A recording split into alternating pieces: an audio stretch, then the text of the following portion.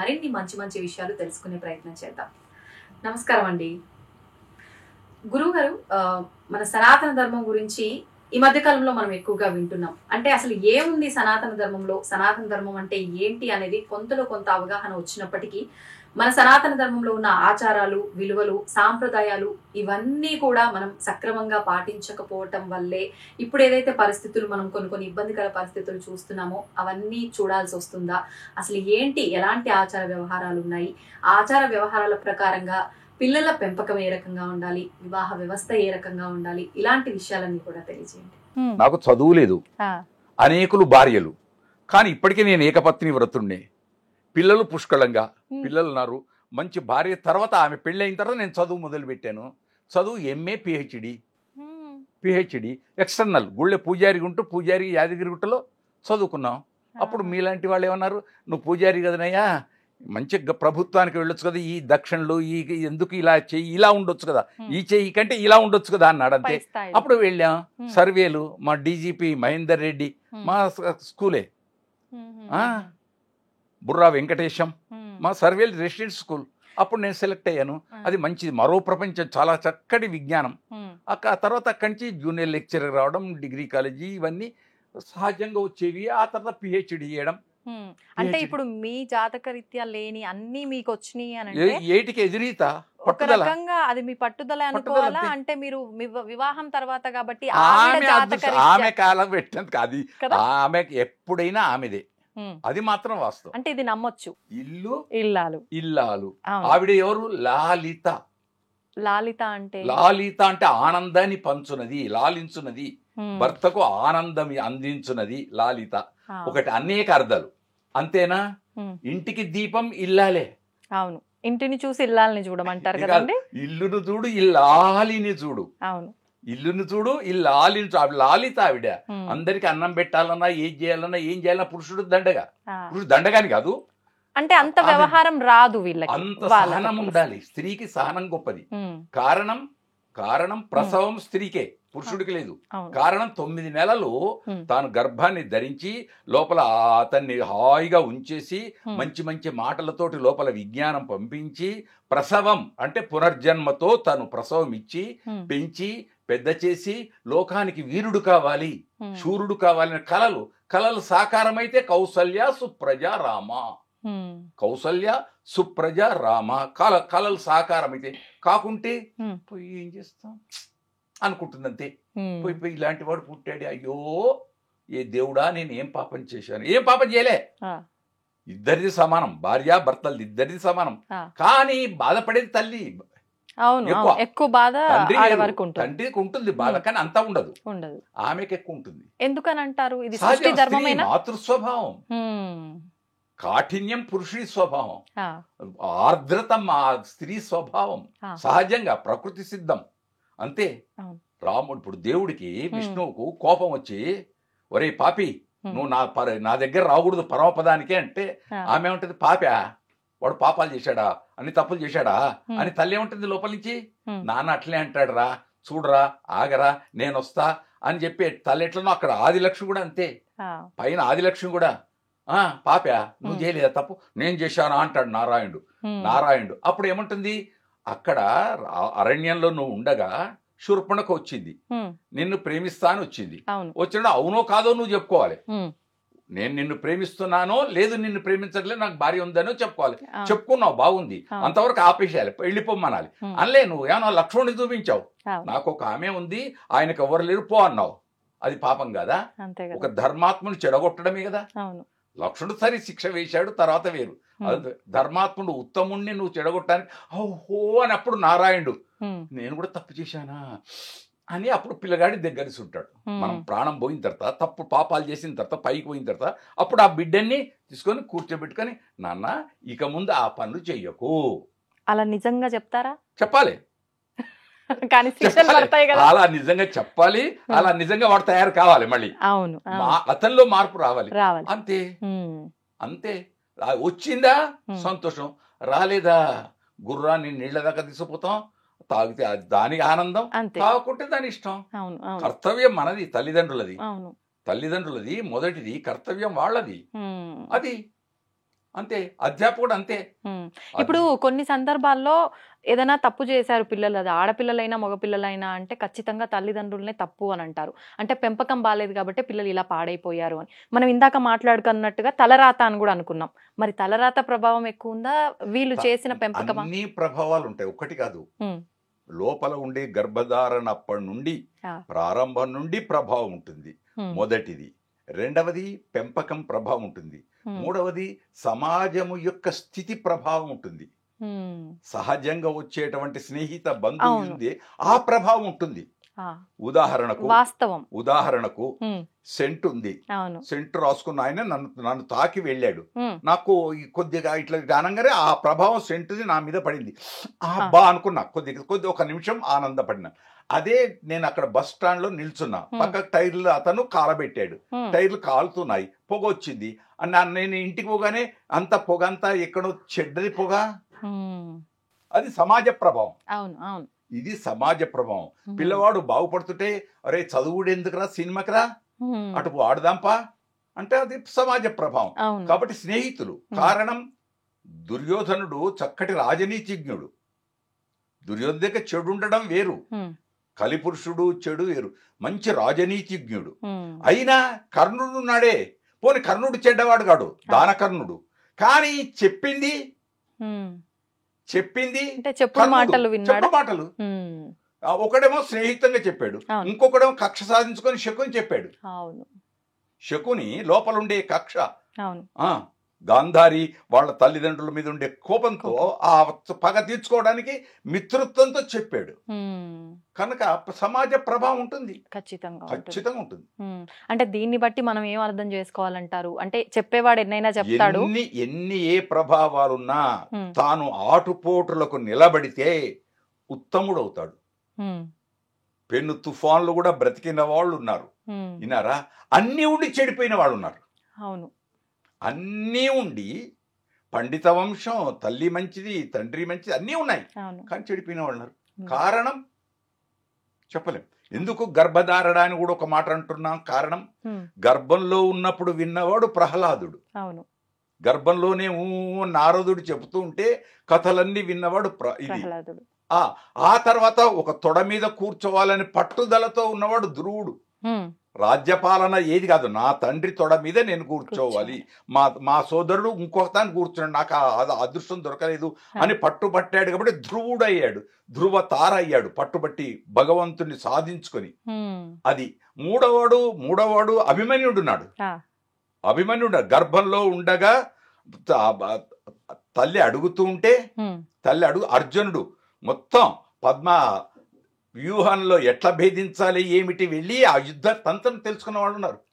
కాబట్టి గర్భధారణలు ఎలా ఉండాలో మనకు కొన్ని సాక్ష్యాలు ఉన్నాయి. అంటే ఈ ప్రభావం ఇప్పుడు పిల్లలు పెరిగే విధానం యొక్క ప్రభావం గర్భధారణ నుంచే మొదలవుతుంది. గర్భధారణ నుంచి ప్రారంభం.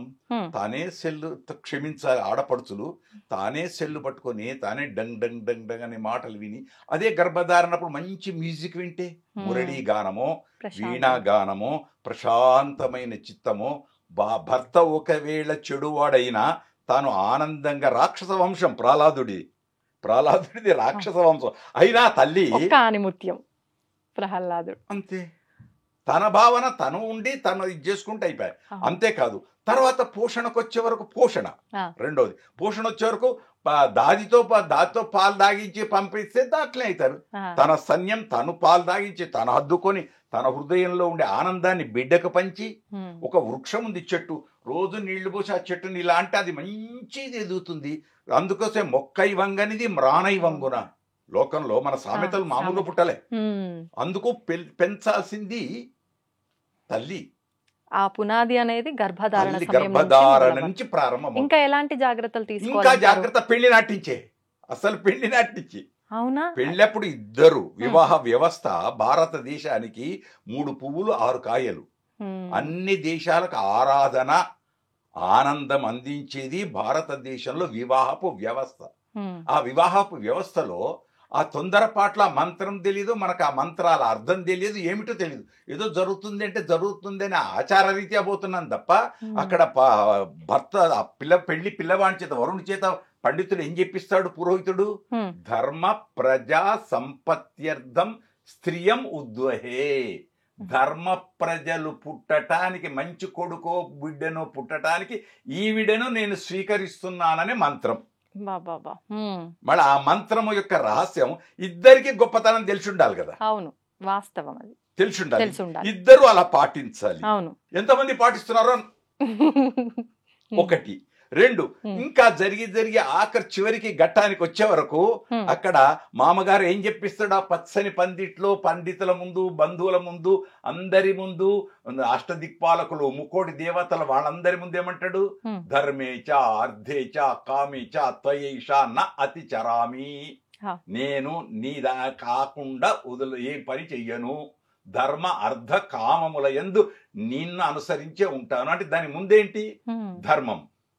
ధర్మము చేత అర్థం, డబ్బు ధనం సంపాదించ, ధనము చేత కామం కోరిక. ముందే ఇప్పుడు కామం వచ్చింది, కోరిక, ధర్మం పోయింది, అర్థం పోయింది. ఒక్కొక్కటి క్రమ పరిణామం. ధర్మభూతమైంది అది కావాలి, అదే అక్కడ చివరికి మోక్షం వస్తుంది. ఈ మధ్యన మోక్షేచ అంటారు, తప్పు. మోక్షం ఆటోమేటిక్.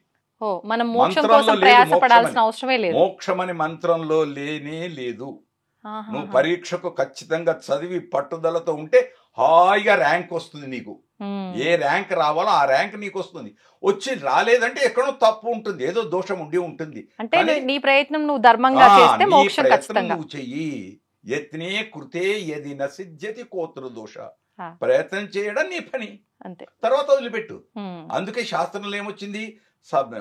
షడ్బిర్ మనుష్య యత్నాని సప్తబిర్ దైవ చింతన. మొట్టమొదటి దేవుడా అని దండం పెట్టకు, గాల్లో దీపం పెట్టకు.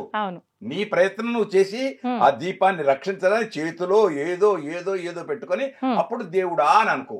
కానీ నువ్వు ఏది లేకుండా పెను తుఫాన్లో నువ్వు దీపం పుట్టిస్తా అంటే ఎట్లా ఉంటుంది? దానికి అదే, దీనికి ఇదే. కాబట్టి తన ప్రయత్నం.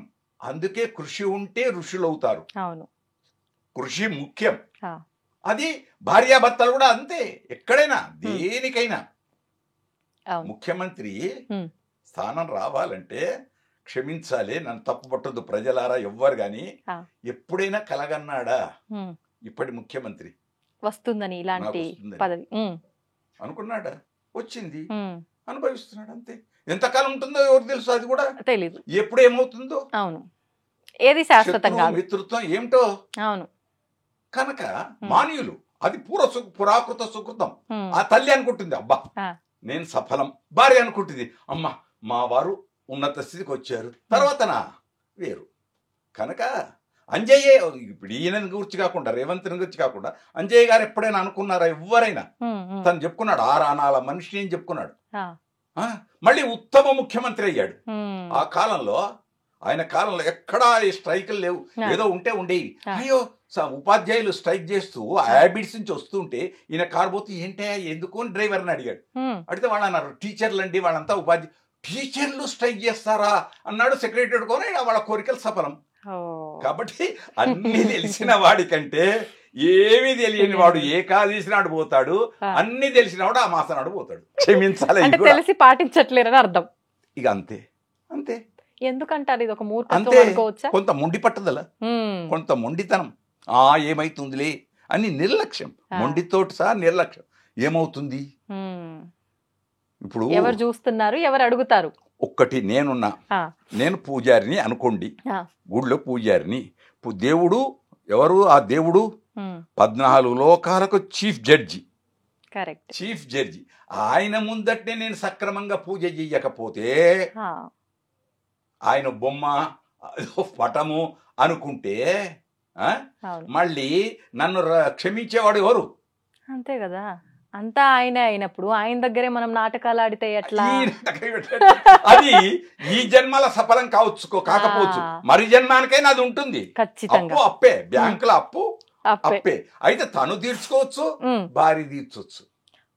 అవకాశం ఉందా? పాపంలో, ఏ విధంగా? పాపంలో పంచుకోవడం. కానీ భార్య పుణ్యం భర్తకు వస్తుంది తప్ప భర్త పాపం భార్యకి రాదు. ఖచ్చితం. ఆడపడుచులకు ఖచ్చితం అది. ఎందుకంటాం? ఆమె ఆ ఇంట్లో పుట్టింది, ఆ. ఆ వంశంలో పుట్టింది, ఈ వంశంలోకి వచ్చింది, ఈ వంశంలో వర్ధిల్లుతూ ఉంది. ఉమ్. వర్ధిల్లుతూ సర్వం త్యాగమయ్యా, ఆమె అన్నిటినీ త్యాగం చేసింది. అవును. నీ కోసం ఉన్నప్పుడు నీ పాపం పంచుతా అంటే ఎట్లా ఒప్పుకుంటారు ఎవరైనా? అంతే. దేవుడు ఒప్పుకుంటాడా? మరి అట్లా అనుకుంటే ఇప్పుడు మనం కొంచెం ఇప్పుడు సమాజ పరంగా ఆలోచిస్తే గురువుగారు, ఇప్పుడు ఈయన సంపాదించిన ధనం ప్రకారంగా బాధ్యతగా అన్ని సౌకర్యాలు ఆమె అనుభవించినప్పుడు ఈయన పాపమైన పుణ్యమైన ఎందుకు అనుభవించకూడదు? దీనికి మీరు మంచి ప్రశ్న చేశారు. ఉమ్. ఒక రామాయణంలో ఇదే వాల్మీకి మహర్షి బోయవాడు, పక్షులను చంపుకొని తినేవాడు. ఆ. అక్కడి నుంచి అనుకోకుండా మీలాంటి వాళ్ళు మంచి వాళ్ళు సప్త ఋషులు పోతున్నారు. ఉమ్. పాప ఆయన చూచాడు, ఆ. కాలం మారే పరిస్థితి వచ్చింది. చూచి, ఏమయ్యా ఇన్ని పాపాలు చేస్తున్నావు, నీకేం బాధ లేదా? ఉమ్. నా నా డ్యూటీ నేను చేస్తున్నాను, నా కోసం నేను చేస్తున్నా ఇదంతా. ఉమ్. పోనీ నువ్వు చేసినంత పాపం అని నీకు తెలుసు కదా, ఉమ్. ఈ పాపాన్ని ఎవరైనా పంచుకుంటారా? ఆ. అందరికి వస్తుంది. ఇప్పుడు మీరు అడిగినట్టే నా భార్యకు నా పిల్లలకు కూడా వస్తుంది ఈ పాపము. ఉమ్. అయితే ఒకసారి పోయి అడిగిరా. ఆ. వాళ్ళు చూడండి, అవును కాదని చెప్పలే ఋషులు. చెప్పలేదు. ఒకసారి వెళ్ళి అడిగిరా. ఉమ్. వెళ్ళాడు. వెళ్ళి వెంటనే పిల్లల్ని అడిగారు, ఉమ్. నాన్న నేను అంత సంపాదించుకొని వస్తున్నాను, నువ్వు తింటున్నారు, మీరు నా దాంట్లో మీరు ఏమైనా నువ్వు తెస్తున్నావు, మేము తింటున్నావు, నువ్వు ఎక్కడి తెచ్చావో ఏంటో మాకే.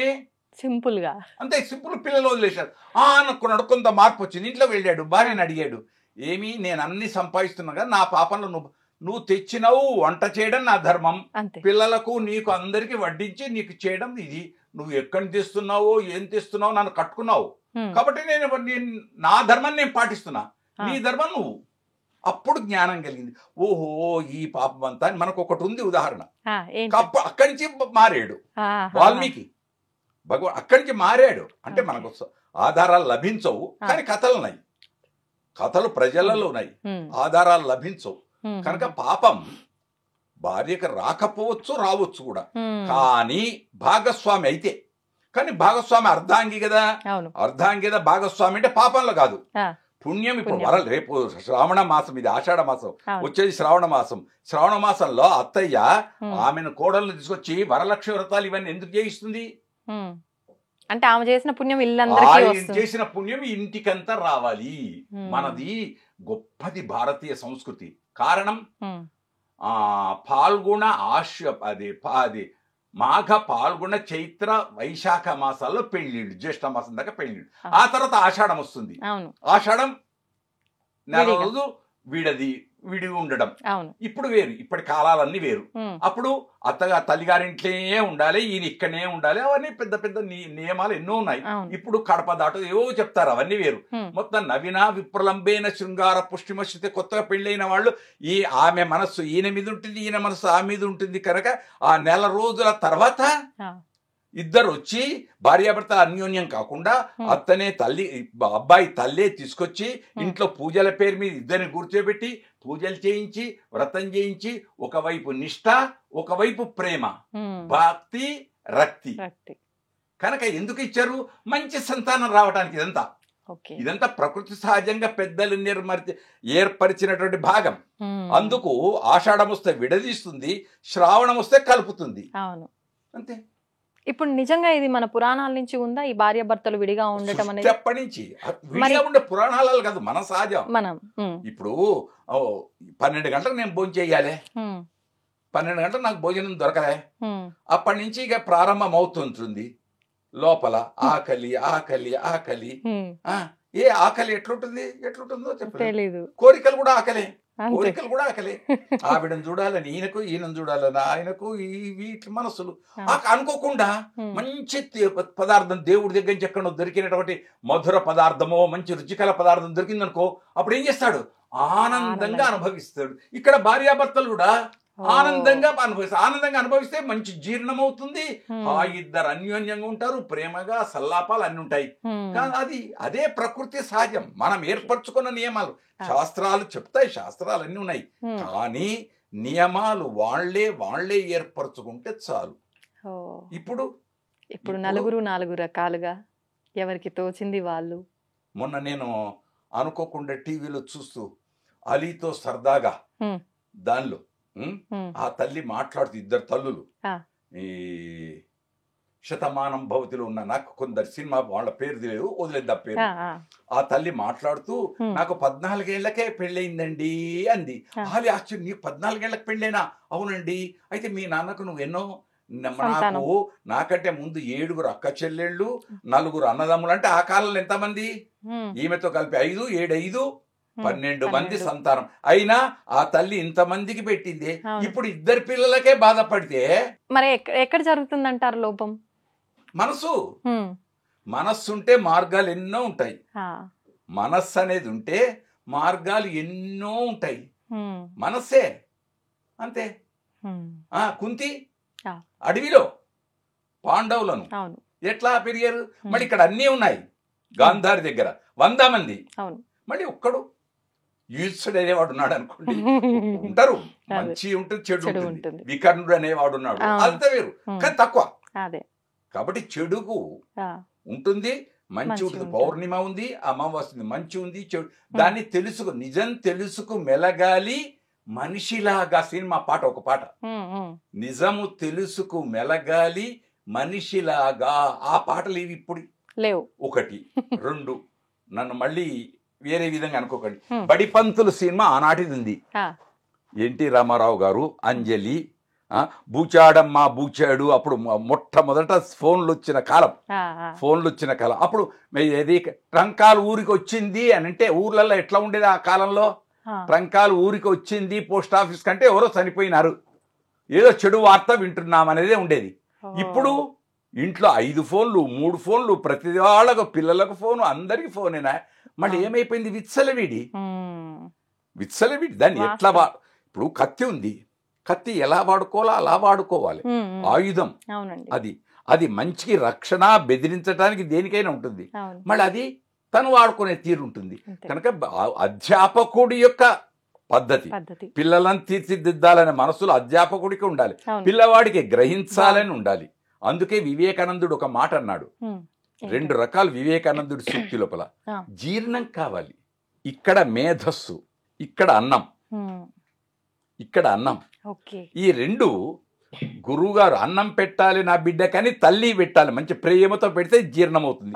గురువుగారు అప్పుడు మంచి భోజనం చేస్తే బేవంటాడు, నిద్రపోతాడు. ఇది అలాగే గురువుగారు మంచి పాఠం భోజనం వలె పాఠం చెప్తే, మంచి విజ్ఞానం అందిస్తే, అబ్బా ఇందులో ఇంత రహస్యం ఉందా అని కళ్ళు మూసుకొని, అబ్బా ఏం చెప్పాడయ్యా ఆయన, అంతే. ఇదే పుష్టి, ఇది పుష్టి. చెప్పేవాడు బాగుండాలి, వినేవాడికి జీర్ణశక్తి ఉండాలి. ఇప్పుడు పాఠశాలలో అక్కడ లెక్చర్ ఇస్తుంటాడు, వీడు బొమ్మలు వేస్తుంటాడు, ముగ్గులు, అంతే. ఎక్కడిది? పెన్ను పట్టడమే లేదు, బుర్ర పెట్టడము లేదు, పెన్ను పట్టడము లేదు. ఈ మధ్య కాలంలో ఈ కరోనా పుణ్యం అంటూ ఆన్లైన్ క్లాసులని వచ్చిన తర్వాత మొత్తం చదువులన్నీ అటక్కెక్కాయి. ఫోన్ మంచిదే, చాలా మంచిది. విజ్ఞానం ఎంతవరకు వాడాలి? విజ్ఞానం కోసమే వినియోగించుకోవాలి. విజ్ఞానాన్ని వదిలిపెట్టి నువ్వు 24 గంటల క్రీడలకే పోయి ఏది చూడకూడదు. అది చూస్తే నీ మనస్సు, ఇది మనస్సు చంచలం, మనస్సు మీద ఆ ప్రభావం ఎంత పడుతుంది? కనుక నిజం తెలుసుకు మెలగాలి. మనిషి అయినవాడు మనీషి కావాలి, మనీషి కావాలి. 10 మందితో చప్పట్లు కొడుచుకొని భేష్ రా, ఆయన్ రా అని అనిపించుకోవాలి. కానీ అలా అనిపించుకోకుండా వీడా అయ్యయ్యో అని అనుకుంటే సమాజం. కానీ సాధ్యం అంటారా ఈ మాట అనిపించుకోవడం? అంటే ఇప్పుడున్న కాలంలో, అంటే నా వర్షన్ ఏంటంటే, మనం ఎంత మంచిగా ఉన్నా మనం చూసి ఓర్చుకోలేక కూడా 4 రాళ్ళు వేసే వాళ్ళు ఉన్న ఈ సమాజంలో కావాలి. అదే నేను కోరేది, అది తట్టుకునే శక్తి. ఇది రాళ్లు వేస్తున్నారు ఇప్పుడు ఎదుటి. మొన్న నేను ఇంటర్వ్యూ అని చెప్పాను చూడండి, అది ఆ రోజు నాడు అలీతో వచ్చింది, మంచిది. ఆ రోజు నేను ఎంత ఆనందపడ్డాను. ఇంకొక తల్లి అంది, నేను చూడగానే పెళ్ళెప్పటి నుంచి ఎదుటి వాళ్ళని చూస్తే వాళ్ళు ఎలాంటి వాళ్ళో చెప్తానండి అంది. 2తో ఇంటర్వ్యూ అయింది అది. ఆమె పేరు బాగుంది, శతమానం భవతిలో ఉండే ఆవిడ. అట్లా ఇక్కడ సాగర సంగమంలో ఆమె అతనికి కమల్ హాసన్ తల్లిగా నటించింది, వంట ఆమె మంచి.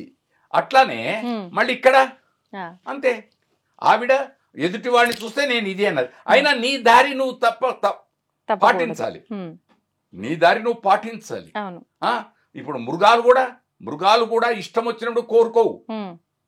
మృగాలు కూడా నువ్వు ఆకలి లేనప్పుడు నువ్వు ఎంత పెట్టి తినవు, అదే ఆకలి అయిందనుకో తింటుంది అంతే. ఈ మధ్య కాలంలో ఈ పశువులు గేదెలు ఇవన్నీ ప్లాస్టిక్ తింటున్నాయి కవర్లు. అవును. ఎందుకు తింటున్నాయి?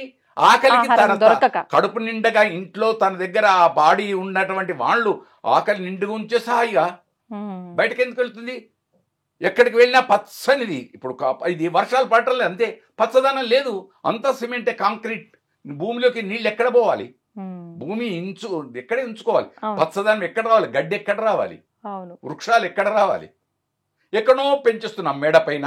మేడపైన పెంచేస్తే ప్రకృతికి ఏం లాభం? అదే కదా, జంతువులకేం లాభం? ఒకనాడు ఇంటి ముందర ముంగిళ్ళు ఉండేది, సావడి అరుగు మీద ఓరో వచ్చి కూర్చున్నావు, బార్సారి పోతూ అలసిపోయి వచ్చి కూర్చున్నాడు. కూర్చుంటే ఇంటి వాళ్ళు వచ్చి, యజమాని వచ్చి, ఎక్కడండి, ఏ ఊరండి, ఏమండి, మీకు మంచినీళ్ళు కావాలా, ఆఖరికి మజ్జిగ కావాలా అని అడిగారు. వీళ్ళు ఇచ్చేవాళ్ళు, వాళ్ళు తీసుకున్నారు. అమ్మా చల్లగా ఉండు అన్నారు. ఇప్పుడు ఆ మాటలు వింటున్నామా? లేదు. నీళ్ళను కొంటున్నాం, మజ్జిగను కొంటున్నాం. మజ్జిగలో కల్తీ వచ్చింది, నీళ్లలో కల్తీ లేనిది ఎక్కడుంది? ఒక కొబ్బరి నీళ్లు, ఆ కొబ్బరి నీళ్ళు కూడా వస్తుందట. అదే కదా, ఇంజక్షన్స్ తో ఏదో అంటున్నారు, అది ఎంతవరకు నిజమో నాకైతే తెలియదు. అది కూడా అయిపోతే ఇంకెక్కడిది కల్తీ ఉండేది? కల్తీ లేనిదేది తల్లి మనస్సు, తల్లి హృదయం, అదొక్కటి కల్తీ లేదు. ఉండేదా కర్మ. కర్మ. ఆమెకు కూడా కోరికలు ఉంటాయి. పోయి నేను ఇంట్లో పడితేనే, ఇప్పుడు అంటే నన్ను మళ్ళీ క్షమించాలి, మాటికి అంటున్నా, 7 జన్మలలో ఇలాంటి వాడు నాకు దొరకాలి అన్నప్పుడు పోయి ఈ జన్మకే వీడు దొరికింది, ఇంకా ఇలాంటి వాడు మళ్ళీ ఇంకనా అనుకునే భావాలు కూడా రావచ్చు. ఉన్నారులేండి 2 రకాలుగా. ఈ జన్మకే ఇది అనుభవిస్తున్నా, ఇంకా ఇదే మళ్ళీ పంతులు గారు మంచివాడు, ఇంకా మంచి, నేను కలలు కన్నా కలను నాకు ఇచ్చేటువంటి అటు ఉండాలి కదా తప్ప ఇదేమిటి అనుకునే వాళ్ళు ఉండొచ్చు. మనస్సు, అది వాస్తవం, మనస్సు. కనుక మనము సాధించుమురా. అందుకోసం వెలుగు నీడలనే సినిమాలు ఆనాటి కాలంలో శోకాన మరుగున దాగి సుఖమున్నట్టులే, అగాధమౌ జలనిధిలోన ఆణిముత్యం ఉన్నట్లే. ఏమి ఆ సాహిత్యం, అది రావాలి. కష్టాలలో సుఖం ఉంటుంది, విన్నారా? సుఖాన్ని ఎంతవరకు అంతవరకే ఉన్నది అని సుఖాన్ని అనుభవించకూడదు. ఎంతవరకు అంతవరకే, ఏదైనా పరిమితి. కనుక అంతా మనం చేసుకునేదే. ఇవాళ వర్షాలు రావటం అంటే మనదే తప్పు, సహజం. అయితే ప్రభుత్వాలు చేయాలి. మరి ప్రభుత్వాలు ఎంతవరకు చేస్తున్నాయి అనేది తర్వాత. అంటే మనం ఒక రకంగా ప్రకృతిని పాడు చేయటం వల్ల బాగా ఎంత ప్రకృతిని చెడగొట్టాలో అంత చెడగొడుతున్నారు. మ్యాక్సిమం ఎంతవరకు అంతవరకు పండ్లను కృత్రిమంగా పండిస్తున్నారు. కోయకుమి కసుగాయలని చిన్నప్పుడు పద్యాలలో చదివాం. ఆకుపచ్చగా ఉండేటువంటి పండుగాక ఉండేటువంటి కాయలు కొయ్యకురా బిడ్డ అని చెప్పేవాడు. ఇప్పుడు ఆ కాయలను కోసుకొచ్చి పెట్టేస్తున్నాం. ఇక చివరికి రేపు సీతాఫలాలు వచ్చే కాలంలో గొట్టి కాయలు కూడా తెచ్చి పండించి మా ఔషధుల చేత పండించి వాటిని అమ్మేస్తున్నారు. ఎక్కడ దొరుకుతుంది? అందుకోసం ఏది ఎప్పుడో అది అప్పుడు అలా ఉంటే అంతే. ఎప్పుడు తినాలో అప్పుడు తినాలి, ఎప్పుడు పడుకోవాలో అప్పుడు పడుకోవాలి, ఎప్పుడు చదవాలో అప్పుడు చదవాలి, ఎప్పుడు దండం పెట్టాలో అప్పుడు దండం పెట్టాలి, ఎప్పుడు తీర్థం తీసుకోవాలి అప్పుడు తీర్థం తీసుకోవాలి. అది లేకుండా స్నానం సంధ్య అనుష్ఠానం లేకుండా తీర్థం తీసుకుంటా దండం పెడతా అంటే ఎట్లుంటుంది? ఉంటుంది, దానికి ఏం కాదు, కానీ ప్రభావం ఉంటుంది. మెడిసిన్ డాక్టర్ గారు రాస్తారు, భోజనానికి ముందు భోజనం తర్వాత ఇన్ని గోళీలు, ఈ గోళీలు వేసుకో అంటాడు. వేసుకోకుండా నువ్వు నేను ఎప్పుడో వేసుకుంటా అంటే ప్రభావం పోతుంది. 3 బాగుండాలి. డాక్టరు మంచివాడు అయి ఉండాలి, మెడిసిన్ మంచిది ఉండాలి, పేషెంట్ మంచివాడై ఉండాలి. 3. పేషెంట్ కు డాక్టర్ మీద నమ్మకం ఉండాలి, డాక్టర్ మంచి ప్రిస్క్రిప్షన్ ఇవ్వాలి, ఆ ప్రిస్క్రిప్షన్ దొరికింది మెడికల్ షాప్ లో మంచిది దొరకాలి. అది ఆ సమయంలో ఆయన చెప్పినట్టు పాటిస్తే దాని ప్రభావం అదే. విజ్ఞానం కూడా అంతే, విజ్ఞానం కూడా అంతే, అంతే. భార్యాభర్తలు కూడా అంతే, భార్యాభర్తలు కూడా అంతే. ఇప్పుడు కొందరు అత్తలను తిడతారు, అవన్నీ వేరు. కానీ అత్త పెళ్లి ఎందుకు చేసింది? వీళ్ళిద్దరు చక్కగా ఉండాలి, వంశం వృద్ధి చెందాలి, నా కొడుకు అన్యోన్యంగా ఉండాలని కదా. వీళ్ళు సినిమాకు పోతా అంటే వద్దంటది అత్తయ్య. ఒక మాట చెప్తే చిన్న మాట, అత్తయ్య మేము సినిమాకి వెళ్తాం, ఒక చిన్న మాట, ఆమెకేం చెప్పేది అనుకుంటే అక్కడ విష బియ్యం. నేను కదా నాకు తాళు చేతులు రాలేదు, ఈ పెత్తనం అంతా నాకు వచ్చేటప్పుడు వస్తుంది నీకు. ఎప్పుడు రావాలో పిహెచ్డి ఎప్పుడు రావాలో అప్పుడు వస్తుంది అంతే. తవ్వండి, తవ్వుతూనే శివలింగం సరే దాన్ని అట్లా కప్పేసేయండి, చూపించదండి. కృష్ణ ఇస్ దేర్, మూర్తి పూజ కాదు, సాక్షాత్ బ్రజేంద్ర నందన భగవాన్ ఉన్నారు మూర్తిలో. ఏమీ ఆశించకుండా ఆరాధించే వాళ్ళు కూడా ఉన్నారా ప్రభుజీ? నిజమైన భక్తి అంటే మనకు తెలియదు కాబట్టి